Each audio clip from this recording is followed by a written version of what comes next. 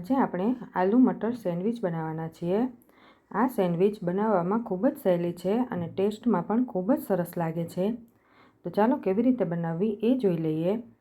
એના માટે એક પેનમાં આપણે 2 ટેબલસ્પૂન જેટલું તેલ લઈ લેવાનું છે।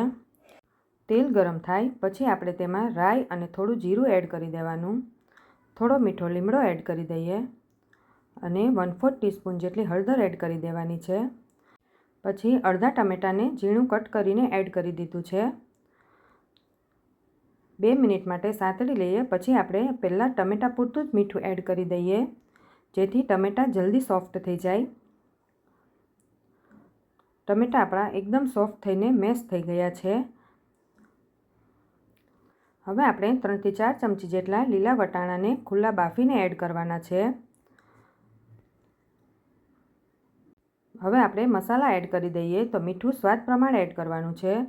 અડધું ચમચી જેટલું લાલ મરચું એડ કરવાનું છે। અડધી ચમચી જેટલું ધાણા જીરું એડ કરી દઈએ। અડધો લીંબુનો રસ એડ કરી દઈએ અને 1 ચમચી જેટલી ખાંડ એડ કરી દેવાની છે। તીખું તમે તમારા ટેસ્ટ પ્રમાણે વધારે ઓછું એડ કરી શકો છો। હવે આપણે વટાણાને થોડા મેશ કરી લઈએ।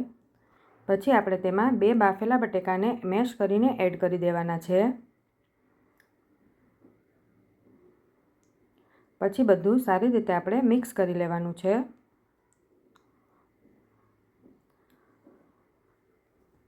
સારી રીતે મિક્સ થઈ જાય પછી આપણે તેમાં છેલ્લે લીલા ધાણા એડ કરી દઈએ।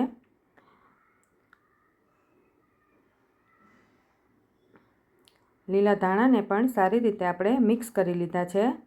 તો મસાલો આપણો તૈયાર થઈ ગયો છે। હવે આપણે સેન્ડવિચ બનાવી લઈએ। તેના માટે મેં અહીંયા બ્રાઉન બ્રેડ લીધી છે। બ્રેડમાં આપણે પહેલાં બટર લગાવી લઈએ। પછી તેમાં મસાલો એડ કરી દેવાનો છે।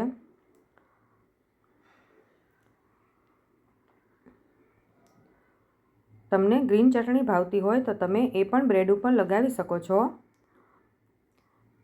મસાલો આપણો ભરાઈ ગયો છે તો ઉપરથી પણ બટર લગાવીને આપણે સેન્ડવિચ શેકી લેવાની છે।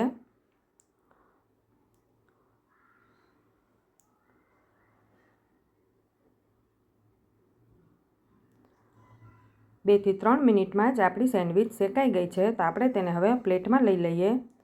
તો ગ્રીન ચટણી સાથે અથવા તમે સોસ સાથે પણ આ સેન્ડવિચ ખાઈ શકો છો અને આ સેન્ડવિચને તમે બાળકોના લંચ બોક્સમાં પણ આપી શકો છો।